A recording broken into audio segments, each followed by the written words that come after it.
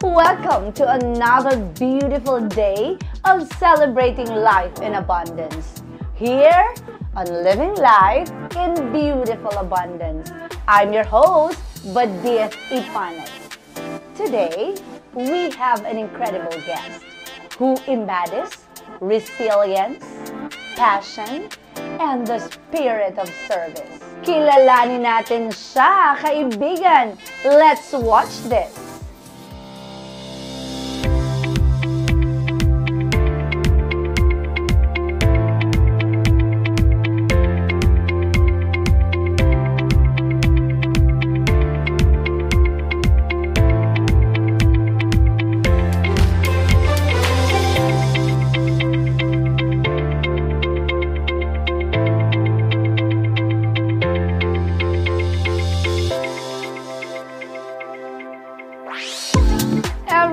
Let us all welcome the beautiful Miss Nancy Tan Lubre.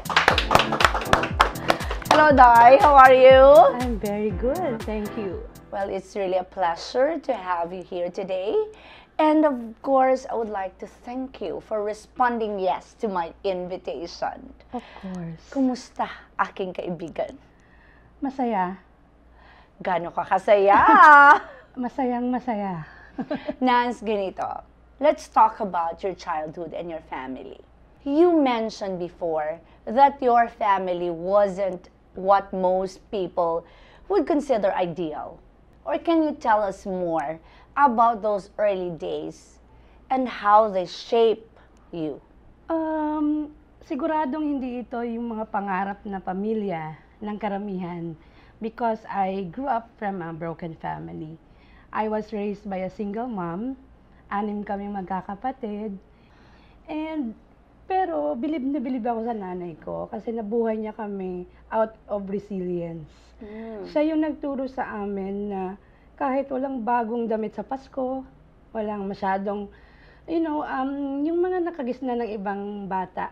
Wala kami nun eh. Lumaki kami na wala ng ganon. Pero tinuruan niya kami paano maging masaya. Na kami lang.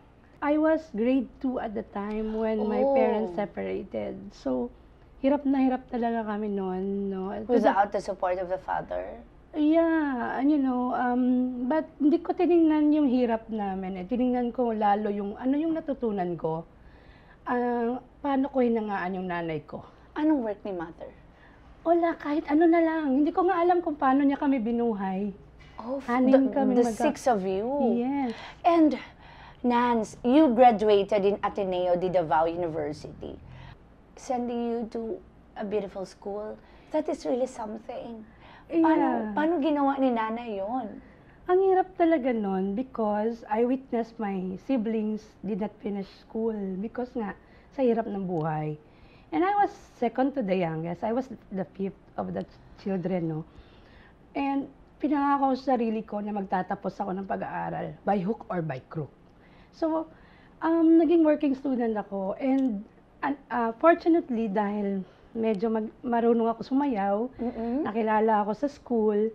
So, from there, I was recommended to a lot of companies like banks. Naging suki ko halos lahat ng bangko yata dito. Na ako yung nagtuturo ng sayaw every time they have events, Christmas parties and all. And if I earn money from that, binabayad ko kaagad sa tuition ko. I mostly went to school without having kahit isang penny, no? And walang kain. So kaya literal na payat, kaya nabibigla yung mga kaibigan ko pag nakikita ko yung may laman na.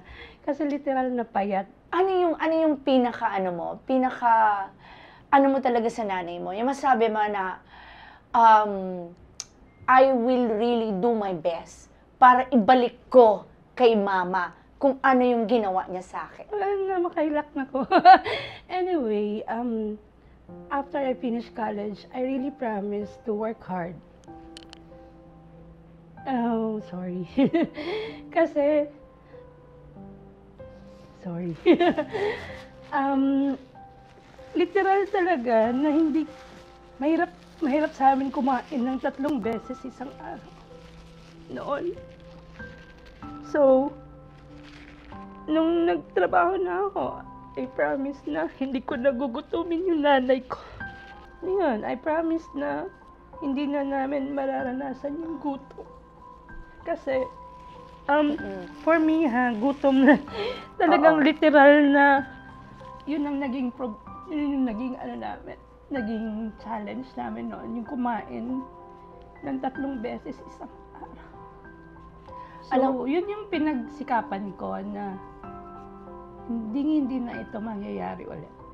I cannot imagine na 5 kayo na binuhay ng nanay mo and ikaw, nakagraduate ka sa Ateneo, and guys, hindi basta-basta makapasok sa Ateneo, right? And you know the fact na mahal ang tuition fee. After mo graduate ng college na, ano ang naging una mong trabaho? Kasi nga nagsikap ako, and fortunately, na-maintain ko naman yung grades ko and maganda yung record ko sa school. So, I was one of the lucky graduates na kinaumagahan after graduation, may trabaho na agad ako nakahintay. So, my first job was in the airline industry. So, isa ako dun sa, if you remember, there's a Davao, Indonesia flight that was Borac Airlines. I was one of the ground stewardess noon. So, yun, that was my first job in the airline industry. So, aside from the airline, nakapagtrabaho din ako sa hotel, as front desk, naging sales din ako sa isang cruise ship, and pinaka-last kong employment is sa bank. Ang challenges ko, common denominator nung naging employment ko is, mahirap pala, no? Kasi nga, most people will judge you or, makipag-build ng relationship sa'yo based on your status or kung ano yung history mo. So, napakalungkot lang na most of the time, they are giving big deal on the past of my past. So, kaya maraming ayaw sa akin, maraming bashers, maraming haters. Kasi nga, I did not came from a well-off family. So, parang, siguro swerte ko lang sa mga barkada ko na kilala mo. Dahil napakabait nila, tinanggap nila ako ng buong buo. With that, Nance, saan ka kumukuha ng hugot para, alam mo yun, sometimes at early age, bata ka pa nun, and of course, we are not stable emotionally. Even our mindset is not that stable. So, paano mo kinaya yung moment na yon na I should not listen to them, I should have to go kung ano yung gusto marating sa buhay? Siguro naman ako lang yung resilience na nakita ko sa nanay ko. Na every time I fall or I fail or something, may mga dagok sa buhay, kailangan ko tumayo. Kasi at the end of the day, wala namang tatayo sa akin, kundi ako lang. Maraming tao na, the opinion of other people should not matter anymore. Yeah. Masasaktan ka, ang ginagawa ko, iniiyak ko na lang. After nun, kailangan kong bumangon ulit. Kasi di ba pinangako ko, hindi na kami magugutom ulit.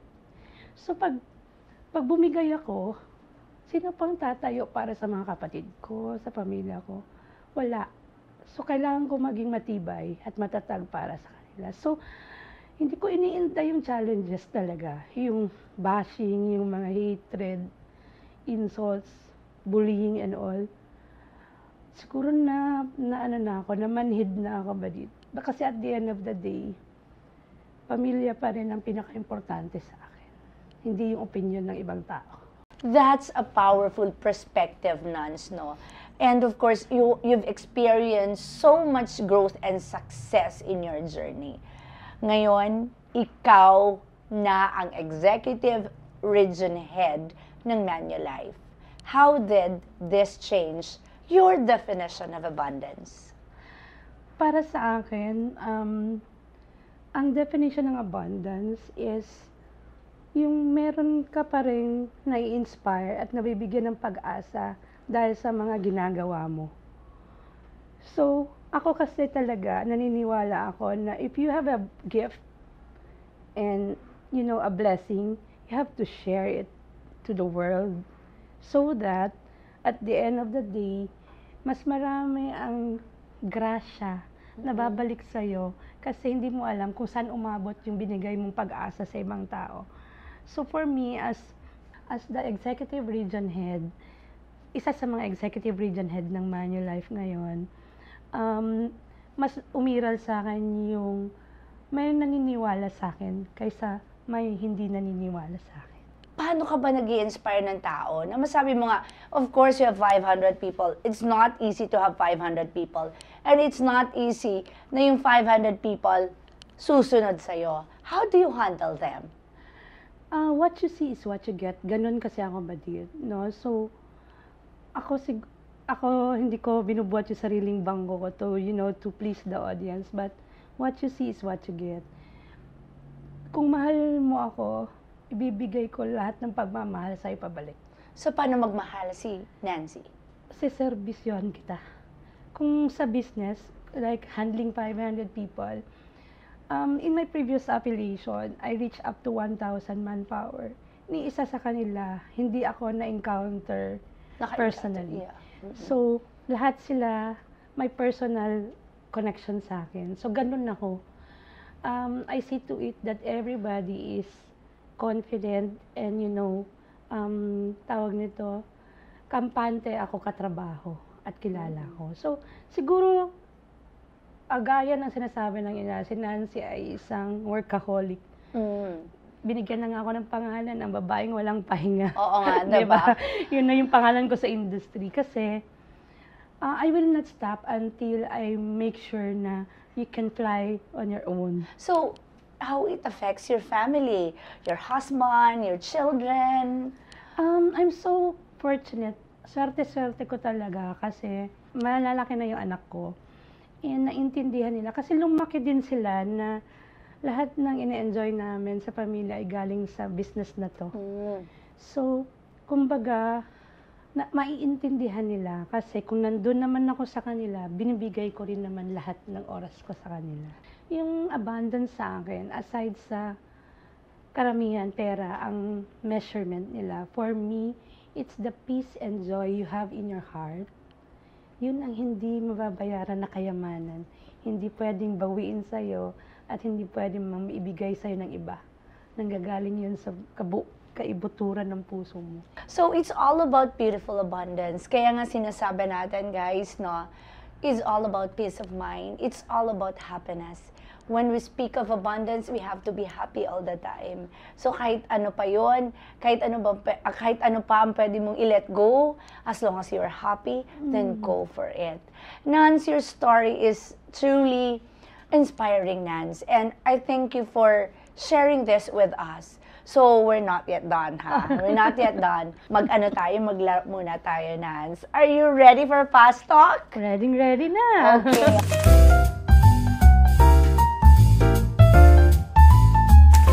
Coffee or tea? Coffee. Early bird or night owl? Night owl. Lights on or lights Lights off? off. One word to describe yourself. Resilient. Dream vacation destination?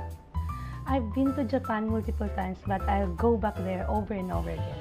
If you could have dinner with anyone, dead or alive, who would it be? Ma'am. Kahilak na saan ko. One thing you can't live without. Mama unta. Ay, maglagot ko. That's why I'm having a hard time. What makes you smile? Making people happy. One word to describe your journey. Topsy-turvy. Ano yon? Topsy-turvy. Oh! Thank you very much, Nance. Ako yata ang naiyak.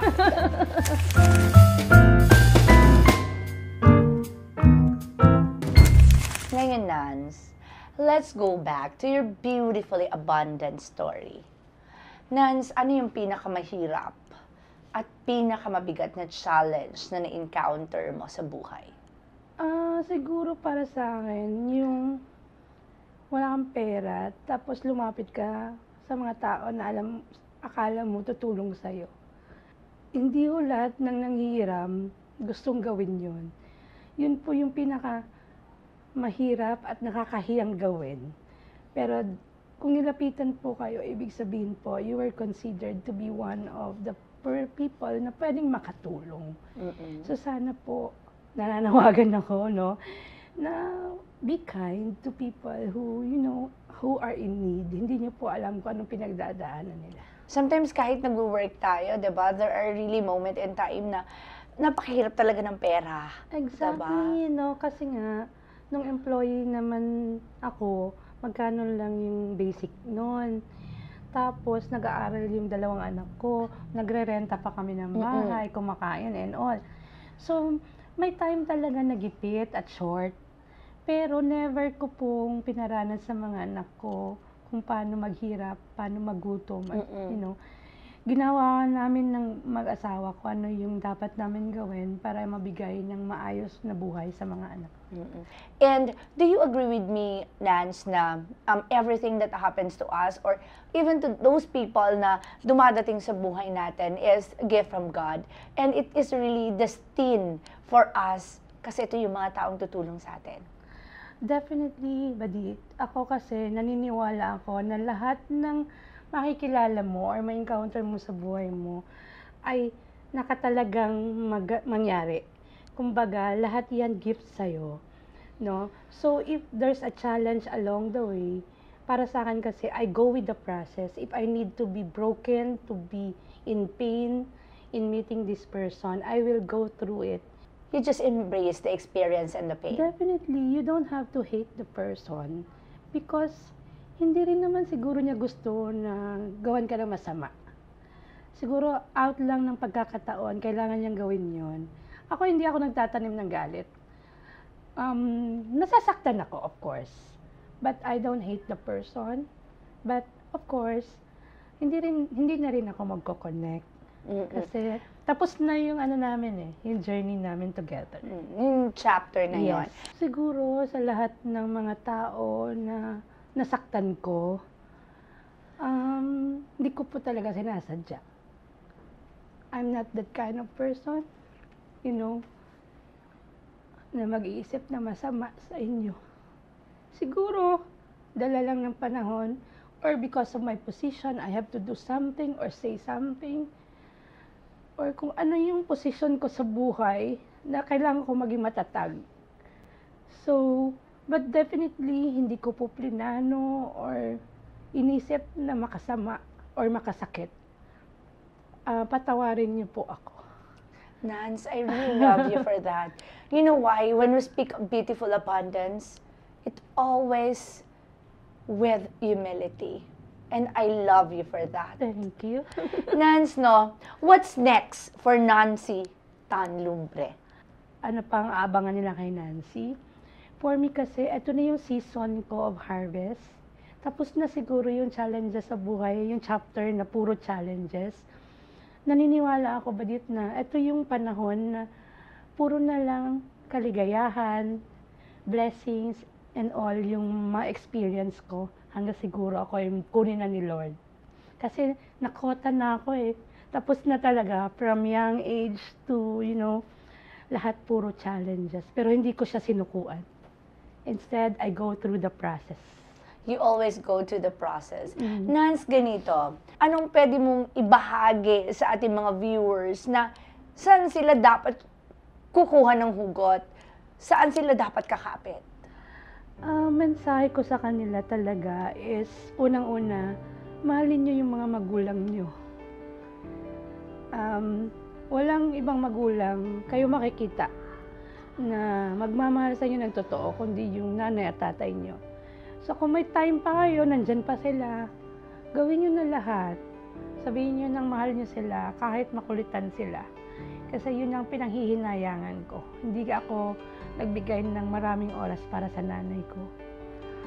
And number 2 is that may pag-asa po. Kung ako nagawa ko na wala akong resources, wala kaming pera, wala kaming kaibigan, dahil walang makipagkaibigan sa amin, ano pa kaya yung audience natin na buo ang pamilya, may matatakbuhan sila? Kung nagawa ko, mas magagawa nila. So, number 3, huwag niyo pong sukuan si Lord. Siya po yung pinaka-the best na best friend na meron ako. Business partner ko na siya ngayon. Ang dami ko na pinagdaanan, pero hindi ko talaga sinukuan si Lord. So, At hindi ka rin nasusukuan. never siya ang hindi susuko talaga sa'yo. Never. Unconditionally. No? So, yun, yung tatlo lang na yun, no? Lagi niyong bibit-bitin yun, saan ka man mapunta, ano man ang pagdaanan mo. Having that, I think wala kang hindi malalampasan. Wow! What an inspiring journey we've had today with Nancy Tanlumbre. Your stories of resilience, hard work, and unwavering support of your families remind us all that success is not just about individual achievement, but also about the community that stand behind us. Thank you for sharing your insights and experiences with us, Nancy. And of course, I want to express my gratitude with this token of appreciation, my beautiful Abundance perfume, Nancy. And of course, this beautiful flowers here. Nance, thank you very much for saying yes to me. And I hope you like the perfume. So sabi ko nga, it's not just an ordinary perfume. Nice. It's a manifestation of what you want to become. So, if you want to be beautiful, abundant, sabi ko nga sa sarili ko, it's not all about money. But it's the people around you. It's the smile in your face. And it's the goodness of your heart, Nancy. Thank you so Thank you much. very much, Nance. Nakaka-inspire yung iyong story. I cannot really imagine, Nance, na yun, kumbaga, pabalik-balik ko sinasabi, yung you came from a broken family, tapos, alam yung hirap ng nanay mo. So, that is really something to me. And to our abundant dreamers, remember Nancy's powerful message. Don't let negativity steal your joy and always embrace your uniqueness. You are beautiful. You have the power to create a life that reflects who you truly are. If ma-inspire po kayo sa episode natin today, don't forget to like, share, and subscribe to our Facebook, TikTok, and YouTube channel at Badit Ipanag. Join me next time for more incredible stories of people living life in beautiful abundance. Until then, keep shining your light and embrace every moment. Hello!